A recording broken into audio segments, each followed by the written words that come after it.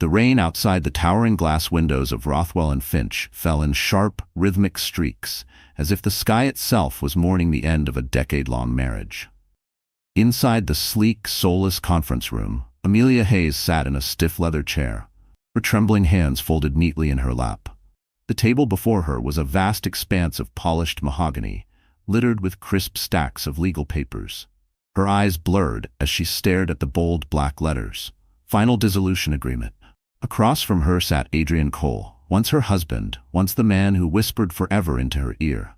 Today, he looked more like a magazine spread than a human being. His Tom Ford suit hugged his tall frame with arrogant precision, and his hair was styled to perfection, not a single strand daring to rebel. Draped around his arm like an expensive accessory was Chloe, the woman who had replaced Amelia. Chloe was everything Amelia was not, or so the world believed.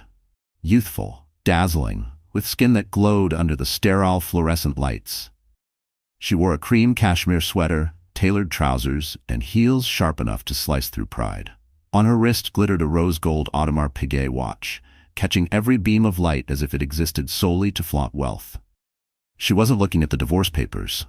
She was too busy admiring her own reflection in the watch's diamond-studded face.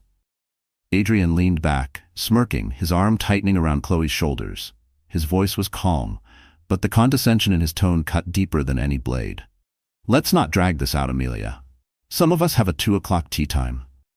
The words echoed in Amelia's ears, cruel reminders of how little she meant to him now.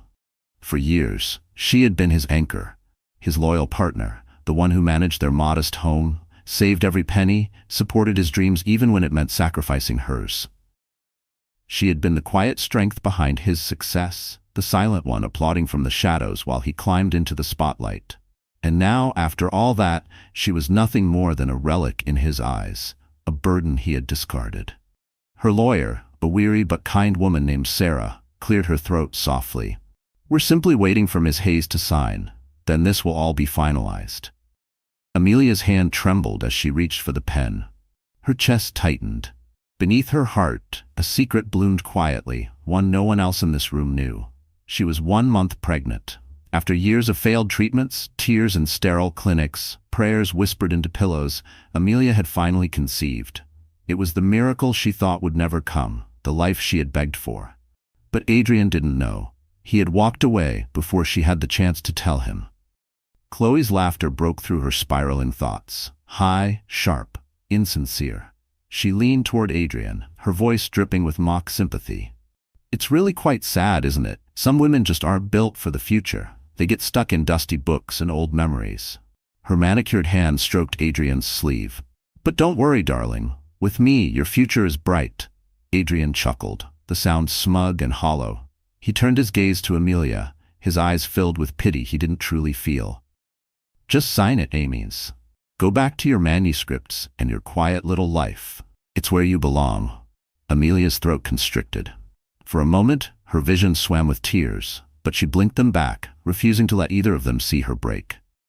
She lowered her eyes, gripping the pen harder, forcing herself to breathe. Her free hand brushed against her abdomen, a reflexive gesture, a silent promise to the tiny heartbeat growing inside her. "For you, my child.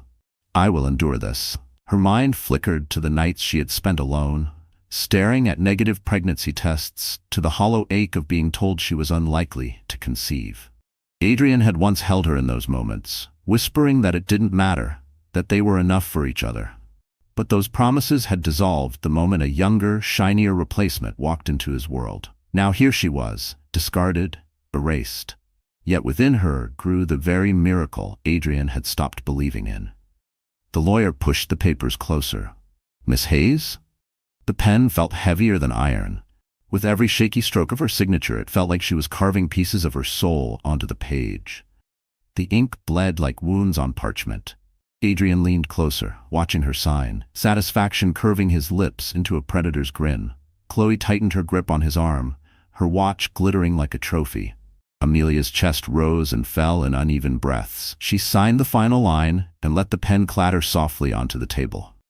Her lawyer nodded, gathering the documents, her expression sympathetic but powerless. "It's done," Adrian announced, as if he had just closed another business deal. He pressed a kiss onto Chloe's temple. "Let's go, darling. We've got reservations at Le Jardin tonight." The sound of their laughter trailed behind them as they rose, leaving Amelia in the cold, cavernous room. She sat frozen, her body heavy, her heart shattered, her hand resting unconsciously against her womb. Outside, thunder cracked across the sky, rattling the glass. Amelia closed her eyes, her body trembling as silent tears finally escaped. This wasn't just the end of a marriage. It was the end of the life she had built, the dreams she had carried, the love she had believed would last forever. Her phone buzzed in her purse, a sharp, unexpected sound that broke through the storm of grief. She hesitated, wiping her cheeks with the back of her hand before answering. The voice on the other end was calm, authoritative, unfamiliar. "Miss Hayes, this is Sullivan and Cromwell. We need you to come to our office immediately. It concerns an inheritance." Amelia's brows furrowed, her breath catching in her throat. An inheritance? It had to be a mistake. She had nothing. She was nothing. Her eyes flickered to the signed papers before her, still damp with ink and tears. The world had just declared her defeated, erased, forgotten. And yet, on the other end of the line, a stranger was telling her that something unimaginable, was waiting. She rose slowly from the chair, her knees weak, her heart pounding. She clutched her abdomen again, whispering silently to the fragile life inside her. "Maybe, just maybe, this isn't the end." And as the storm raged outside, Amelia had no idea that in the very moment Adrian flaunted his new wife, her life was about to transform in a way that would shatter his world forever. Amelia Hayes was not born into luxury. She came from a quiet town, tucked between rolling fields and faded barns, a place where Friday night football was the highlight of the week, and the local diner doubled as the town's heartbeat. Her childhood was simple. Sunday mornings in church, afternoons helping her mother in the kitchen, evenings curled up with books borrowed from the tiny county library. It was there, among dusty shelves and dog-eared pages, that Amelia first discovered her love for stories and history.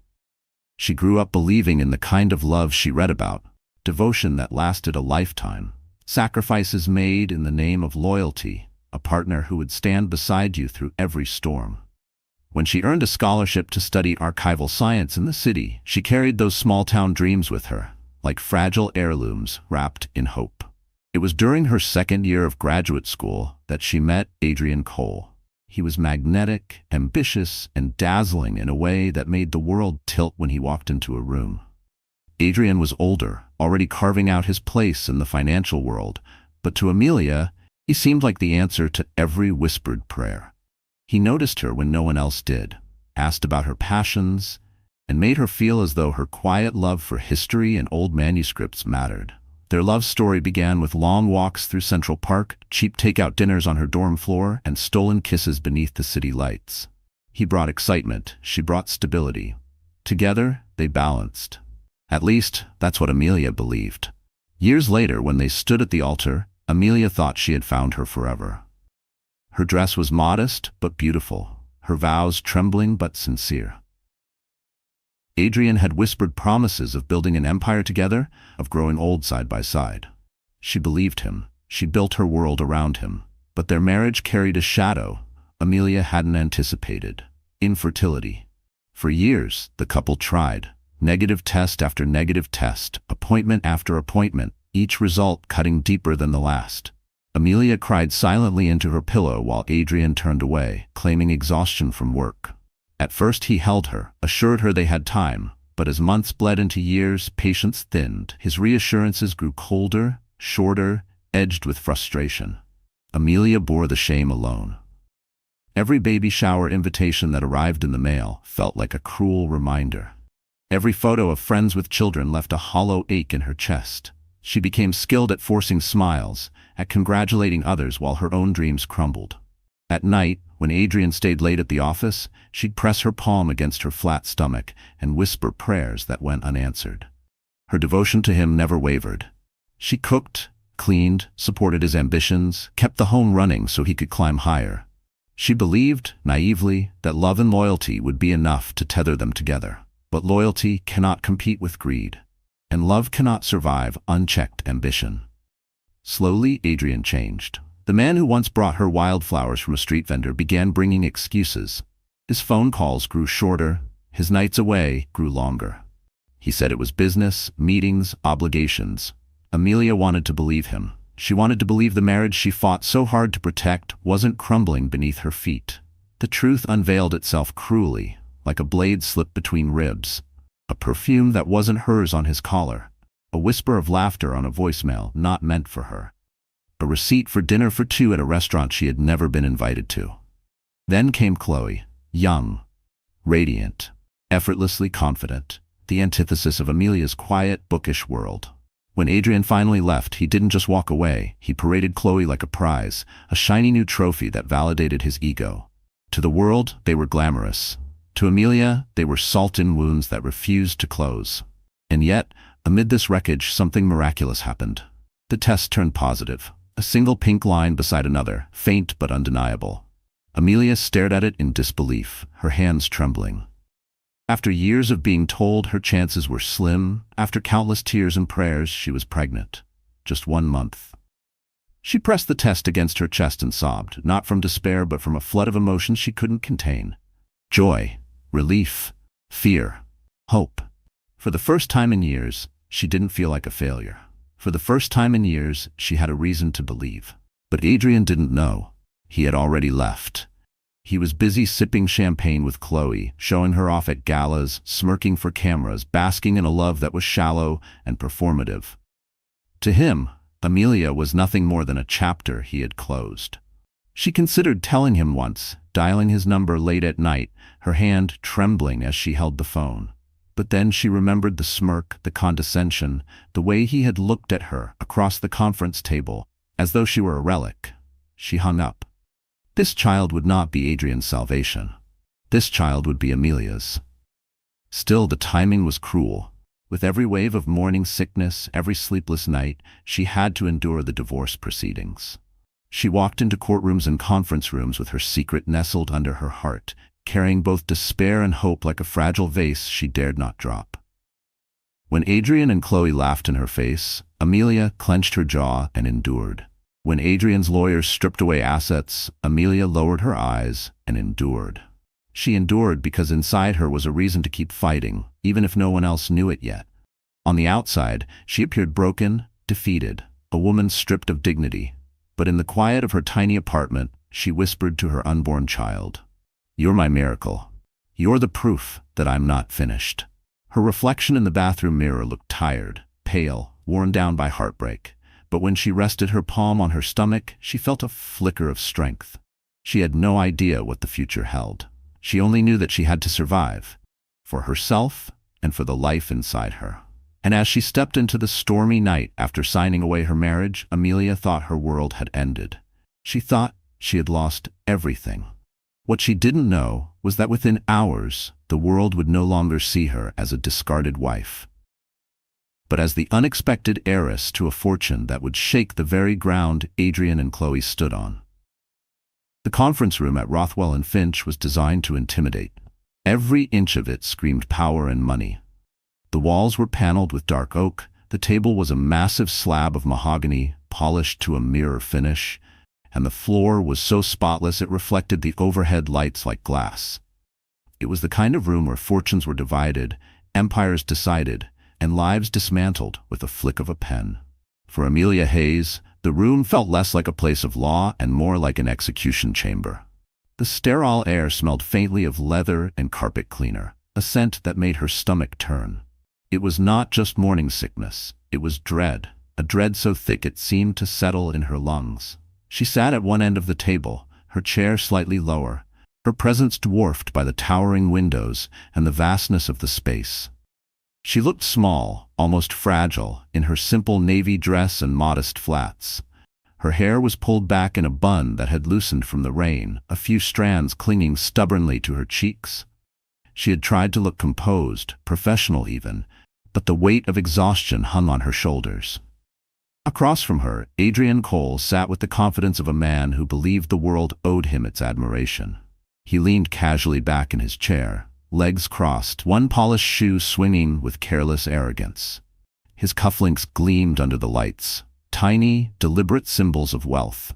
The way he draped his arm around Chloe made the entire proceeding feel less like a legal process and more like theater, a performance staged to humiliate. Chloe basked in it.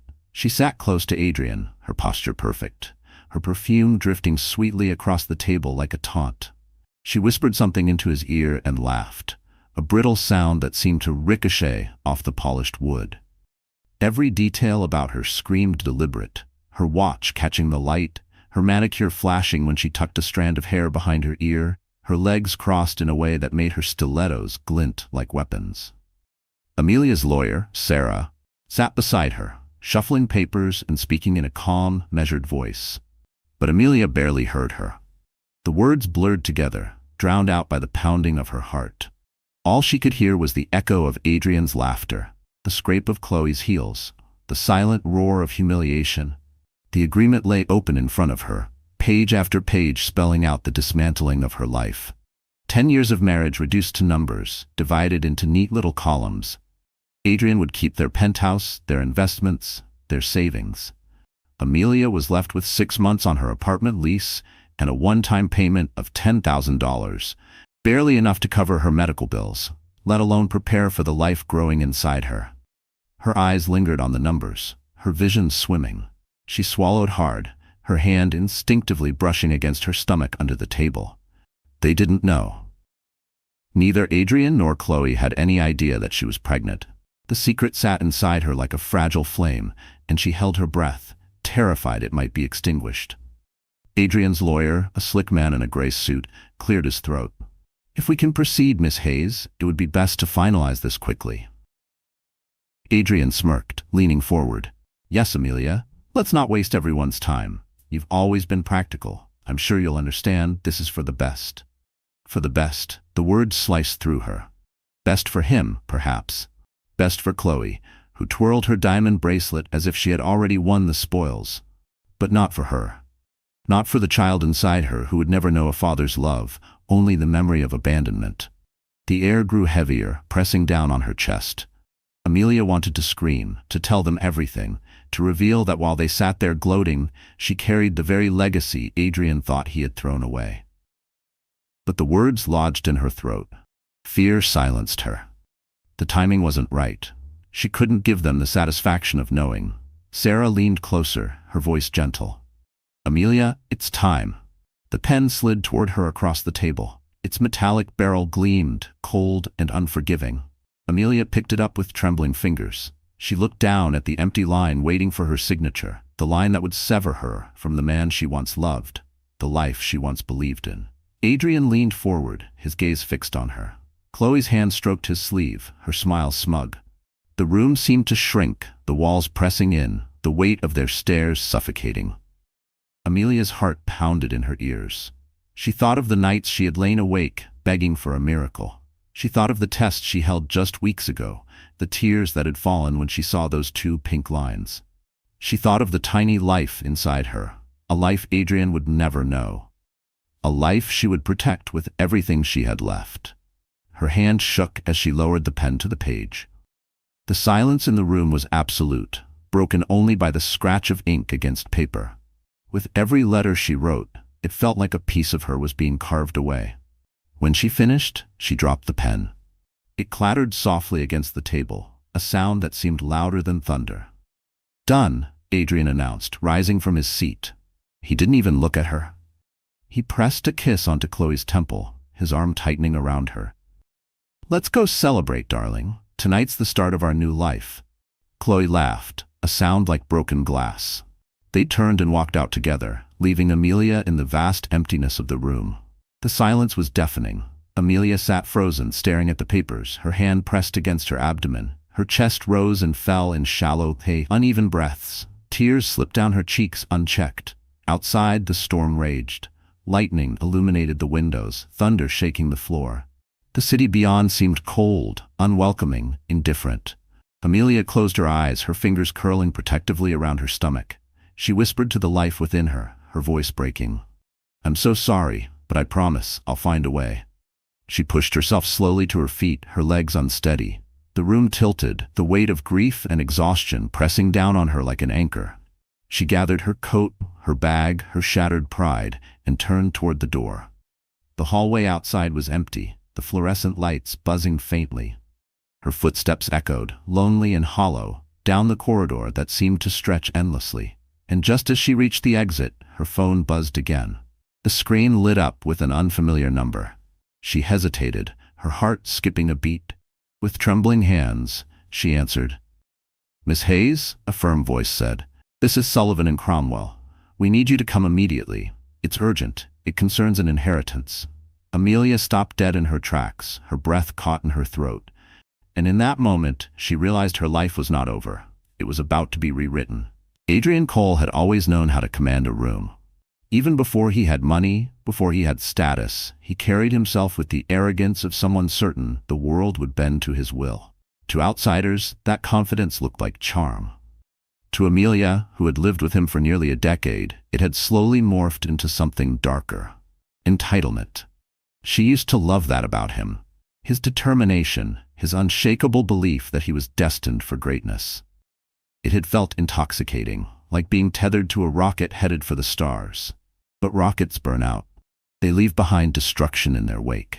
Now, sitting across from him during the divorce, Amelia saw not the man she had once married, but the mask he had become. Adrian wore success like armor. His bespoke suit, his manicured nails, the faint scent of cologne that cost more than her monthly rent, everything about him screamed that he was untouchable. And Chloe only amplified it. The young woman sat glued to his side, her every movement calculated to remind Amelia of what she had lost. The way Chloe leaned into Adrian's chest, the way she let her laughter echo just a little too loudly, the way she adjusted her watch to catch the light. It wasn't enough for Chloe to have Adrian. She needed Amelia to know she had won. When Sarah, Amelia's lawyer, excused herself briefly to make a phone call, Adrian seized the chance to lean forward. His smile was practiced, polished, as though he were addressing a boardroom rather than his pregnant ex-wife. "You know, Amelia," he said smoothly, "you'll be better off this way. No more worrying about late nights, no more carrying responsibilities you were never built for. You can focus on, well, whatever it is you do these days." Her stomach twisted. Whatever it is you do, as though years of running their household, hosting his partners, supporting his career, meant nothing. Chloe placed her manicured hand on his arm, her voice syrupy sweet but sharp enough to cut. "Adrian, don't be too harsh. She's adjusting. Some women just aren't cut out for the kind of life you live. It takes a certain strength." She smirked, her eyes flicking to Amelia's plain dress, her worn-out shoes. "Not everyone can keep up." Amelia's breath caught, but she stayed silent. She had learned long ago that speaking only gave them more ammunition. Adrian chuckled, nodding as if Chloe had said something profound. "You're right, darling. Not everyone can keep up." It was a performance. Every word, every gesture, a carefully orchestrated show meant to establish dominance. And Amelia was the unwilling audience, trapped in the theater of their cruelty. She wanted to scream that she was carrying his child, that while he paraded Chloe as the future, his real legacy was growing inside her. But fear held her tongue. Not fear of him, but fear of giving them the power to twist it into another weapon against her. Adrian adjusted his cufflinks, his tone softening in mock concern. "Listen, Amelia, don't think of this as a loss. Think of it as freedom. You can go back to your books, your quiet life. You were always more comfortable in the shadows. And Chloe," he glanced at the younger woman, his smile smug, "she thrives in the light." Chloe leaned closer, her lips brushing his ear as she whispered something that made him laugh. She turned her gaze back to Amelia, her eyes glinting with triumph. "We're planning a trip to Santorini after this. It'll be nice to celebrate properly. You understand, don't you?" Amelia's throat tightened. She remembered when Santorini had been their dream. She had pinned pictures of whitewashed villas and sapphire seas to their kitchen corkboard. They had promised to go for their 5th anniversary. Instead, he was taking Chloe. Every smile, every kiss Adrian pressed onto Chloe's temple, every mocking glance, it was all designed to break her. And for a moment, it nearly did. Sarah returned, sliding back into her chair, her expression professional but sympathetic. She whispered quietly to Amelia, "Don't let them see you crumble." But Adrian wasn't finished. He leaned forward again, lowering his voice as though sharing a secret. Look, Amelia, you'll always have your books. That's who you are. Quiet, steady, small. Chloe and I, we're made for more. We're made for the world stage. Amelia clenched her fists under the table. Small. That's what he saw when he looked at her now. Not the woman who had stood by him when his bank account barely scraped 4 digits. Not the woman who had dried his tears when his first business failed. Not the woman who had believed in him when no one else did. Just small. Disposable. Chloe sighed dramatically, as though bored of the entire spectacle.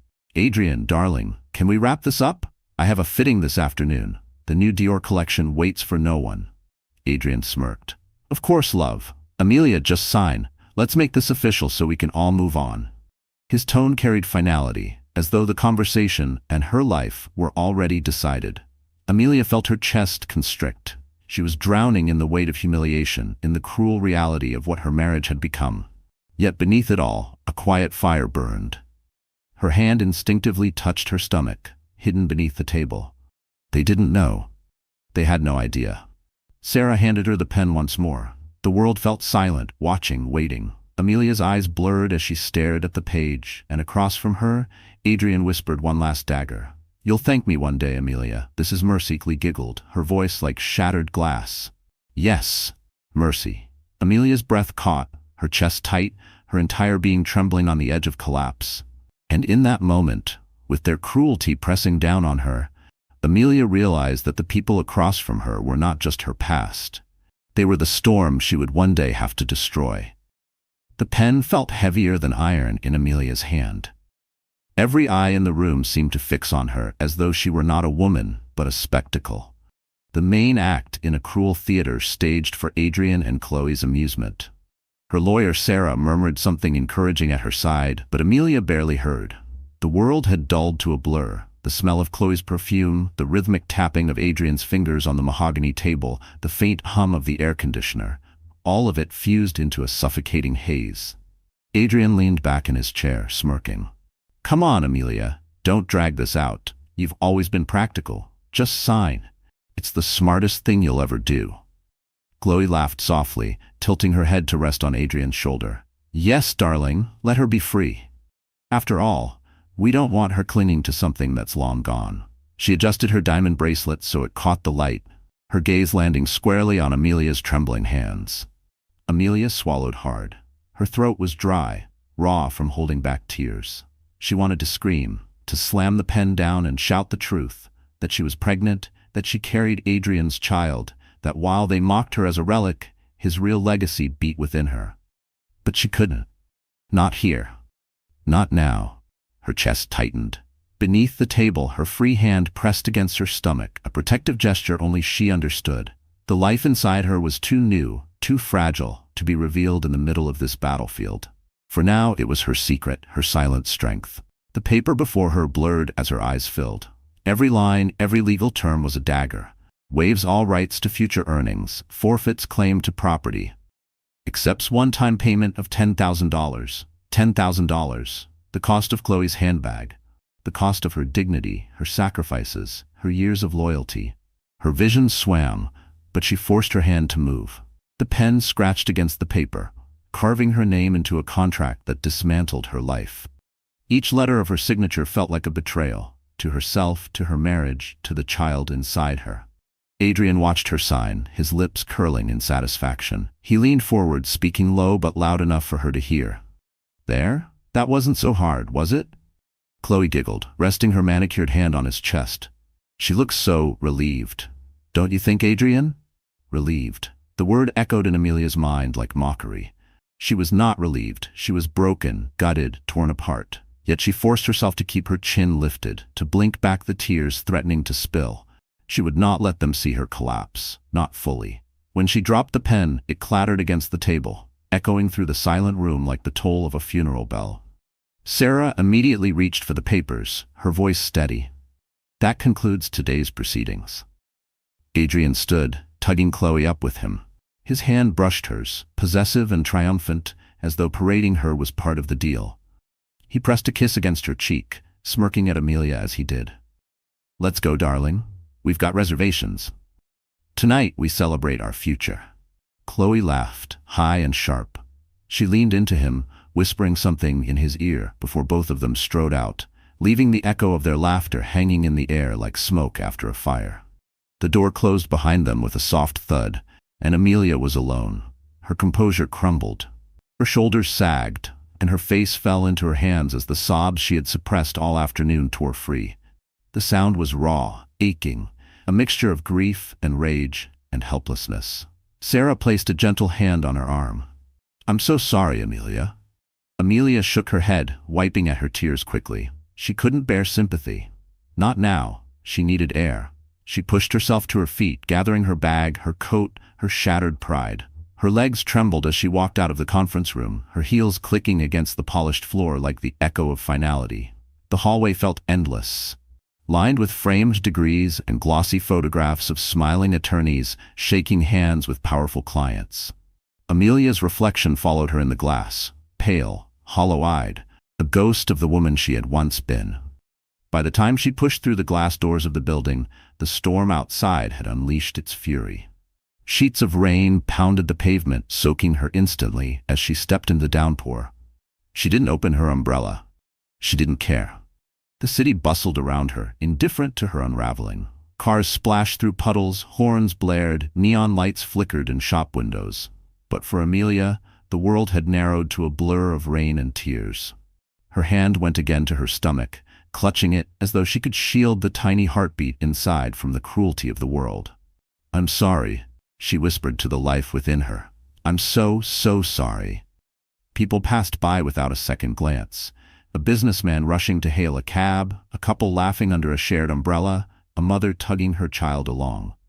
To them, Amelia was just another woman in the rain. They didn't know that she had just lost everything. Her steps slowed. The weight of exhaustion pressed down on her, heavier than the soaked coat clinging to her body. She stopped at the edge of the street, gripping a lamppost for balance, her vision swimming. For a moment, she thought she might collapse right there on the slick sidewalk. And then her phone buzzed. The vibration cut through the storm, sharp and insistent. Amelia fumbled for it with trembling hands, nearly dropping the device as she pulled it from her purse. The screen lit up with an unfamiliar number. Her breath caught. She almost ignored it. Another bill collector, perhaps, another reminder of how little she had left. But something in her gut urged her to answer. She pressed the phone to her ear. "Hello?" A voice, firm and authoritative, responded immediately. "Miss Hayes, this is Sullivan and Cromwell. We need you to come to our office at once. It's urgent. It concerns an inheritance." Amelia froze, raindrops streaming down her face. "Inheritance?" Her voice cracked with disbelief. "Yes, please come immediately. It cannot wait." Her heart pounded. She looked around at the rain-slick streets, the blur of strangers passing her by, the neon lights reflecting in puddles. Nothing in her world made sense anymore. She had signed away her marriage, lost her dignity, walked out of that conference room believing she had nothing left.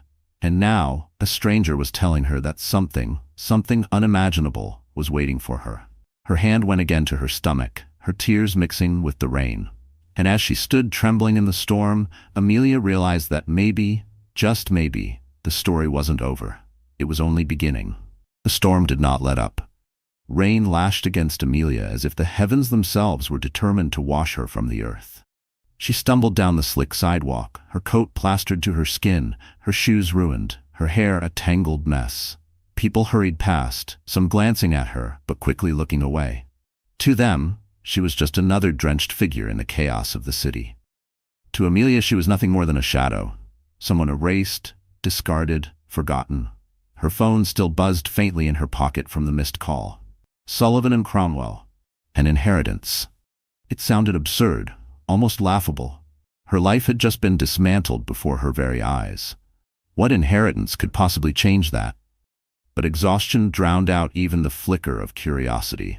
All she could think about was the ache in her chest, the crushing weight of loss, the cruel echo of Adrian's laughter ringing in her ears. She ducked into the awning of a closed cafe, collapsing onto the cold step. Her hands trembled as she buried her face in them, sobs breaking free. The sound was ragged, unrestrained, the sound of a woman who had hit rock bottom. Memories swirled. Adrian's vows on their wedding day, whispered promises of forever, The nights she had held him when his ambitions faltered, the first time they had talked about children, both of them dreaming of the family they would one day build. And then the years of disappointment, the cruel emptiness of infertility. How cruel, Amelia thought bitterly, that now, when he had abandoned her, when he had chosen another, she was finally carrying his child. The miracle she had begged for had arrived too late to save them. Her hand went instinctively to her stomach, clutching it protectively. "I'm so sorry," she whispered to the life inside her. "I don't know how I'm going to do this. I don't know if I can." Her tears blurred the neon lights across the street, turning them into streaks of color against the storm. The city roared around her, indifferent to her pain. She thought of the future and felt nothing but dread. How could she raise a child on her meager archivist's salary? How could she pay for rent, for food, for doctor's visits? $10,000, the pitiful settlement Adrian had offered, would vanish in months. What then? Would she end up homeless, clutching her baby in some shelter, while Adrian and Chloe sipped champagne in Santorini? The thought gutted her. She pulled her knees to her chest, rocking slightly, desperate for comfort that wouldn't come. She heard her mother's voice in her memory. "You're stronger than you think, Amelia." But was she? At this moment, she felt anything but strong. She felt small, broken, like a leaf tossed by the storm. The wind howled, rattling the cafe sign above her head. Thunder cracked, so loud it made her flinch. She closed her eyes, pressing her forehead to her knees. For a terrifying moment, she wished she could just disappear. If she closed her eyes long enough, maybe the pain would fade. Maybe she wouldn't have to face the endless tomorrows filled with judgmental stares and whispered pity. A couple walked by under a shared umbrella.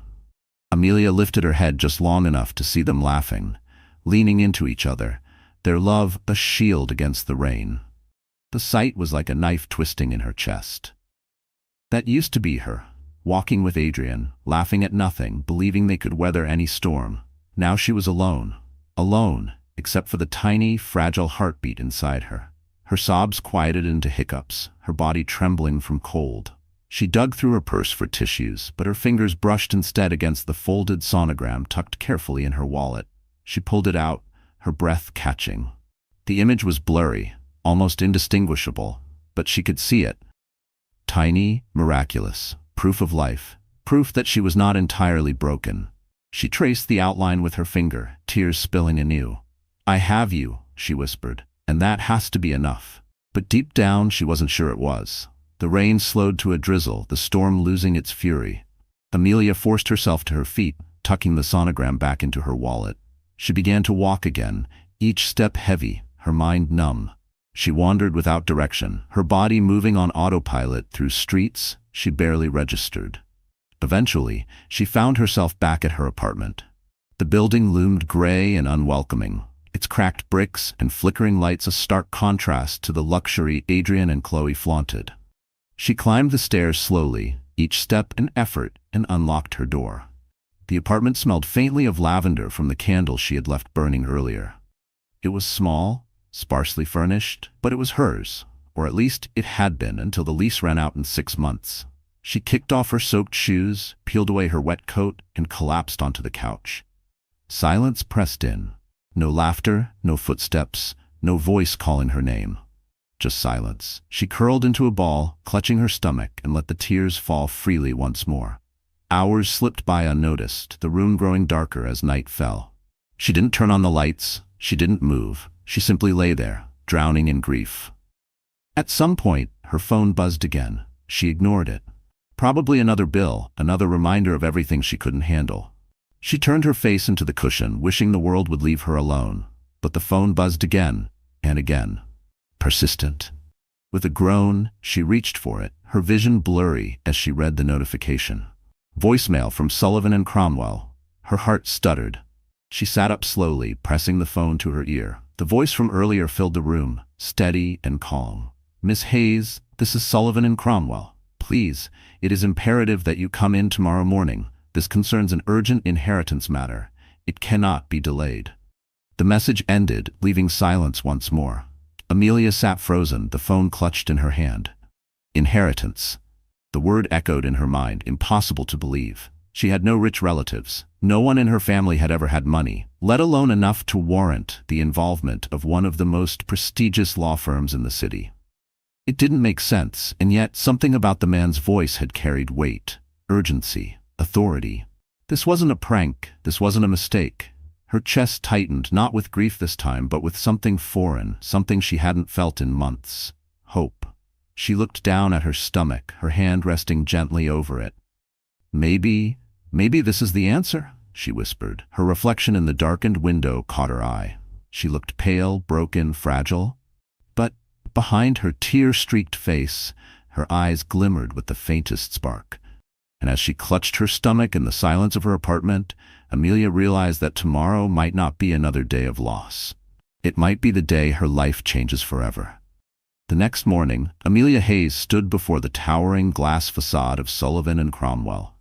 The building loomed over the city like a monument to power, its marble columns and gleaming windows catching the morning light. She had passed this skyscraper countless times on her way to work, always staring up in awe. To her, it was a place for the elite, corporations, billionaires, dynasties. Never, not in her wildest dreams, had she imagined walking through its doors for herself. Her heart pounded as she entered the lobby. The floors were polished marble, the ceilings high and adorned with chandeliers that seemed to belong in a palace. Men and women in sharp suits strode purposefully past her, clutching briefcases, their expressions hard and focused. Amelia felt out of place in her plain black dress and modest heels, her hair pulled back simply. She looked like what she was, a discarded wife with nothing left. Except something had brought her here.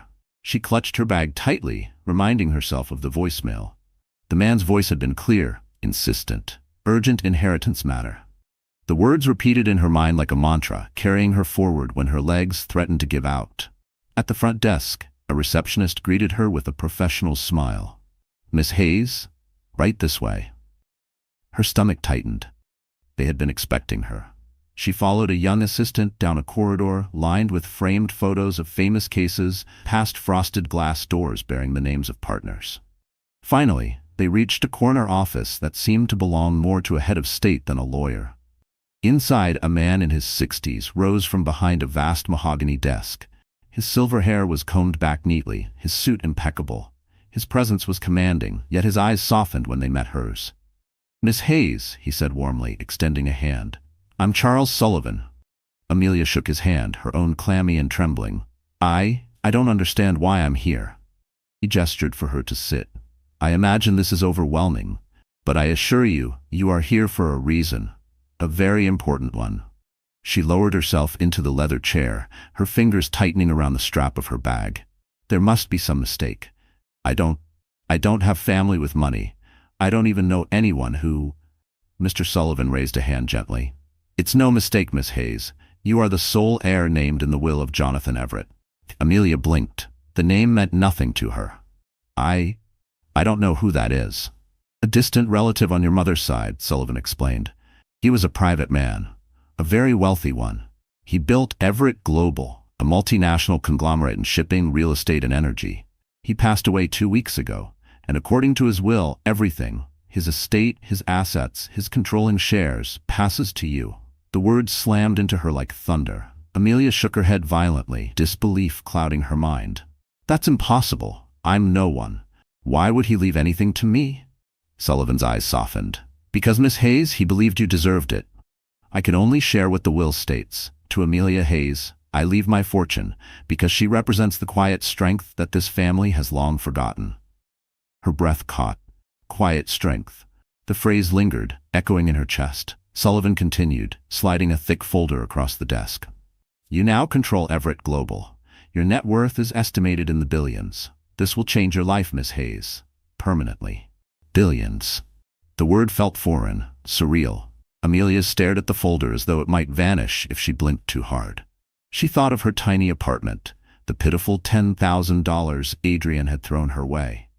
The nights she had spent calculating how to afford diapers and formula. And now this man was telling her she was wealthier than the very people who had humiliated her. Her hand trembled as she reached for the folder. She opened it, scanning numbers so large they made her dizzy. Properties around the world. bank accounts with more zeros than she could count, entire corporations under her control. Her vision blurred with tears. I don't know what to say." "You don't have to say anything," Sullivan replied gently. "All you have to do is sign the acceptance documents. Once you do, the company and the estate are officially yours." Her mind spun. She thought of Adrian and Chloe, walking out of that conference room like victors. She thought of Adrian's smug voice, declaring she was small, irrelevant, destined to live in the shadows. She thought of Chloe's cruel laughter, her dismissive smirk, and she thought of the child growing inside her. The miracle Adrian would never know. A future she had once feared she couldn't provide, now suddenly secure beyond measure. For the first time in months, Amelia felt something ignite inside her. Not despair, not grief. Power. Her hand steadied as she took the pen Sullivan offered. The moment was surreal, almost dreamlike, as she pressed the nib to the page and began to sign. Each stroke of her signature felt like rebirth. When she finished, Sullivan nodded with satisfaction. "Congratulations, Miss Hayes. You are now the head of Everett Global." The words hung in the air, shimmering like sunlight breaking through clouds. Amelia exhaled, her body trembling, tears sliding down her cheeks. She pressed a hand to her stomach, whispering silently to the life within her.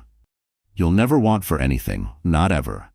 Outside the office window, the city sprawled beneath her like a kingdom she had unknowingly inherited. And somewhere in that same city, Adrian and Chloe were sipping champagne, completely unaware that the woman they had discarded had just become the most powerful person they would ever know. And as Amelia walked out of Sullivan's office, documents in hand, she knew one thing with absolute certainty. The next time Adrian saw her, he would no longer recognize the woman he had left behind. The days that followed felt like living inside a dream. Amelia Hayes, who had walked out of a sterile conference room broken and humiliated, now woke each morning to find her name on the cover of legal documents worth billions.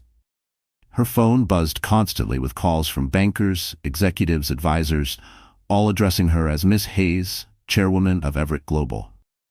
At first, she struggled to process it. She was still the woman who made tea in chipped mugs, who lived in a modest apartment, who cried herself to sleep on a sagging couch. Yet the world had shifted around her. People who once ignored her now stood when she entered the room. Doors that had always been locked were thrown wide open. Charles Sullivan guided her carefully, explaining each step with patience. "This isn't just money, Amelia. This is power. You have resources most people can't even imagine. The question is, what do you want to do with it?" What did she want? For so long, her life had been about survival, about holding together a marriage that crumbled in her hands. But now with this fortune, with this company, with this miracle childer, she realized she didn't just want to survive. She wanted to rise.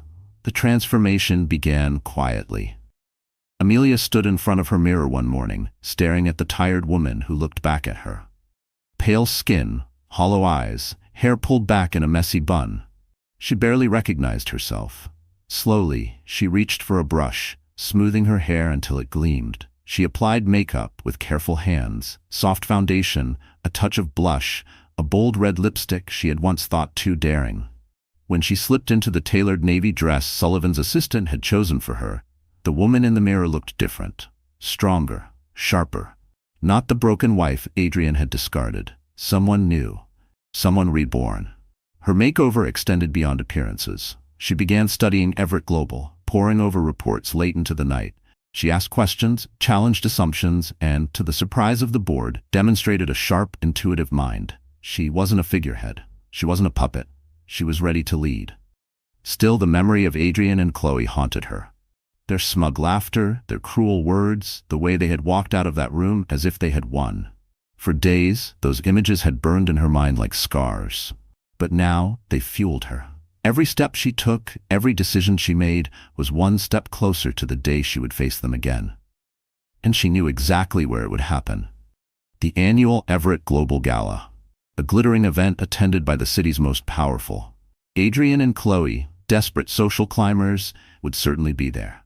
They thrived on attention, on rubbing shoulders with the elite. But this year, the spotlight wouldn't belong to them. It would belong to Amelia. Preparation became a ritual. She hired a stylist, a woman named Lena, who had dressed senators and CEOs. Together they crafted a look that was both elegant and commanding. A black velvet gown that hugged her figure, its neckline sharp and regal. Diamond earrings that caught the light with every movement. Her hair swept into waves that framed her face with timeless glamour. When Amelia stood in front of the mirror on the night of the gala, she barely breathed. She looked like power. She looked like vengeance. She looked like a woman no one could ignore. "You look like you could end a man's career with one glance," Lena said with a grin. Amelia's lips curved into the faintest smile. "Maybe I intend to." But transformation was more than clothes. It was in her posture, the way she carried herself, the steel in her voice when she practiced her speech. She no longer spoke softly, apologetically. She spoke with authority, with conviction. The child inside her gave her strength too. Each flutter in her belly reminded her that she was not just rising for herself. She was rising for the future she carried, for the life Adrian had deemed impossible. On the evening of the gala, as her car pulled up to the grand entrance of the Waldorf Astoria, Amelia felt the weight of the moment. Photographers lined the red carpet, their cameras flashing as socialites and moguls stepped out of limousines. She could hear the buzz of voices, the hum of expectation. The driver opened her door.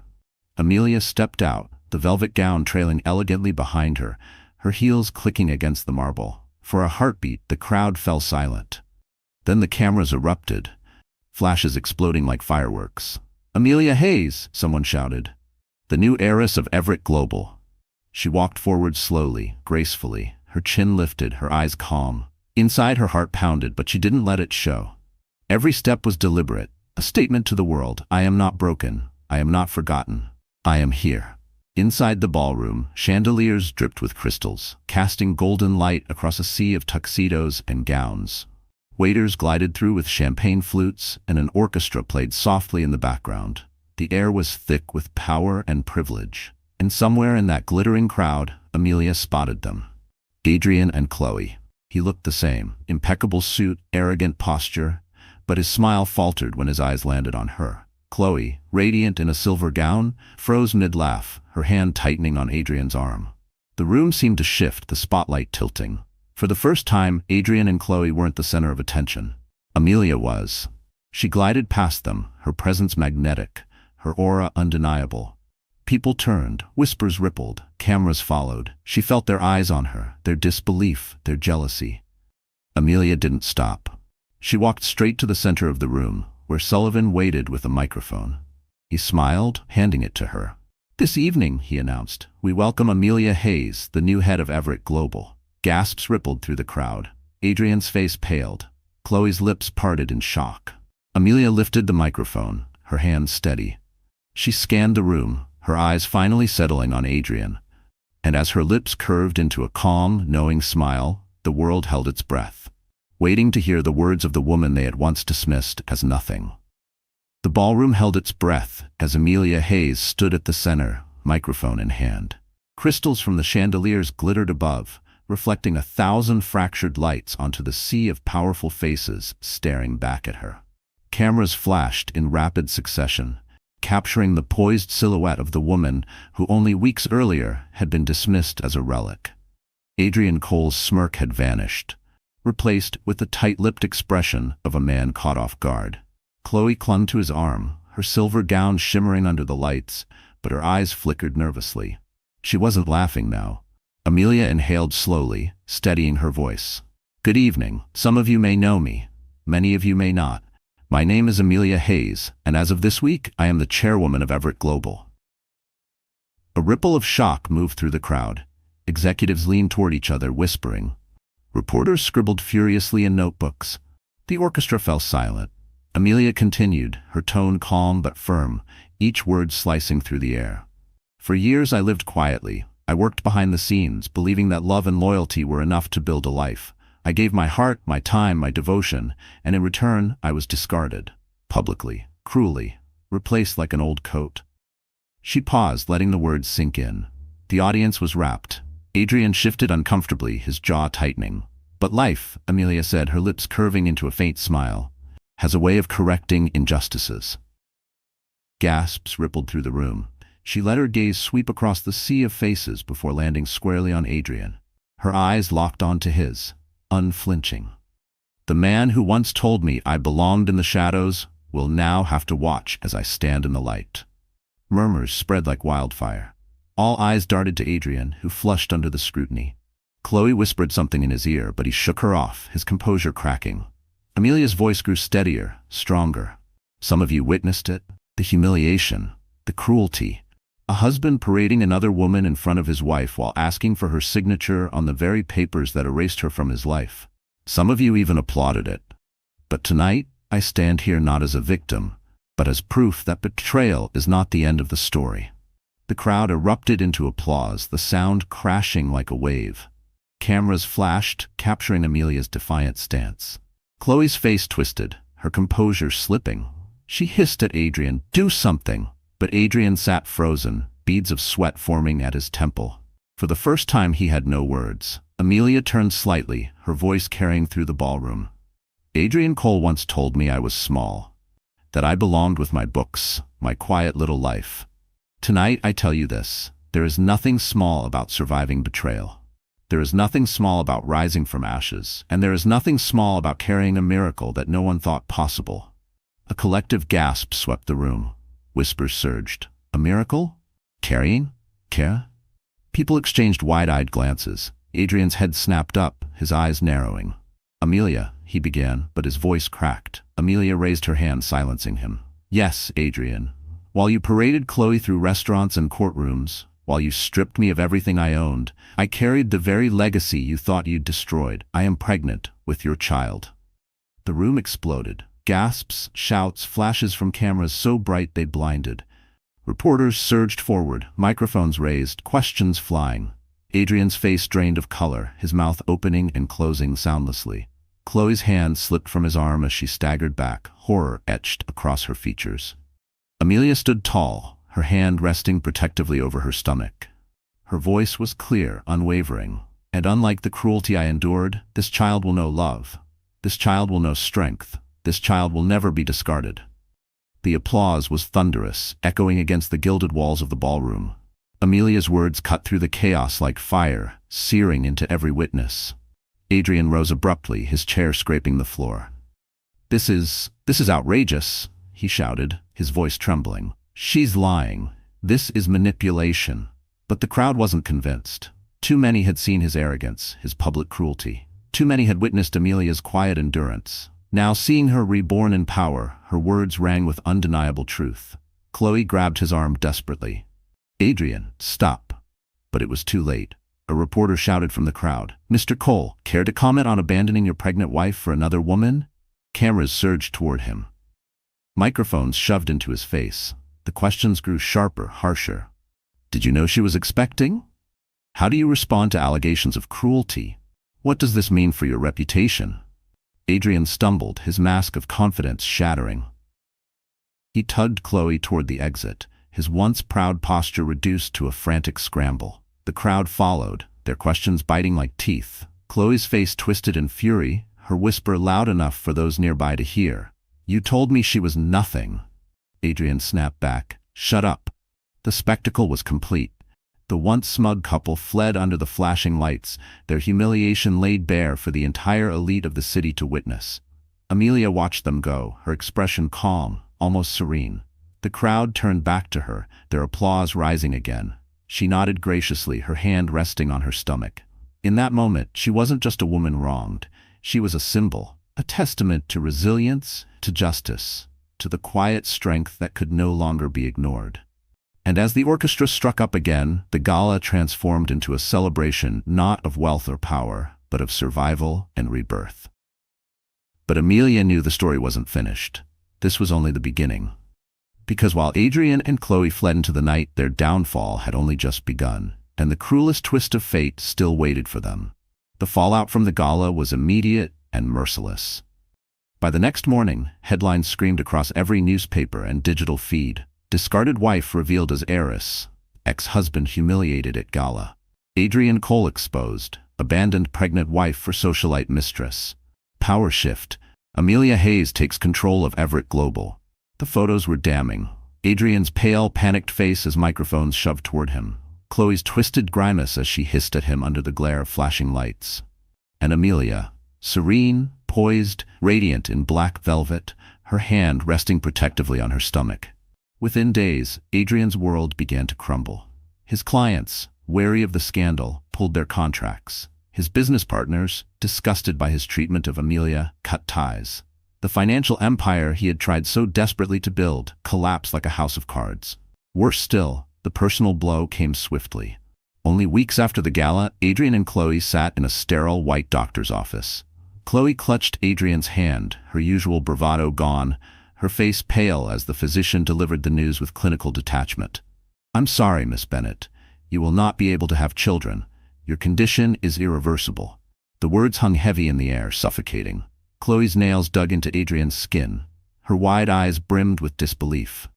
No, that's not possible. Run another test. There has to be a mistake." But there was no mistake. The truth was final. Chloe fled the office in tears, her sobs echoing down the corridor. Adrian sat frozen, the doctor's words echoing in his ears. The irony was cruel, almost biblical.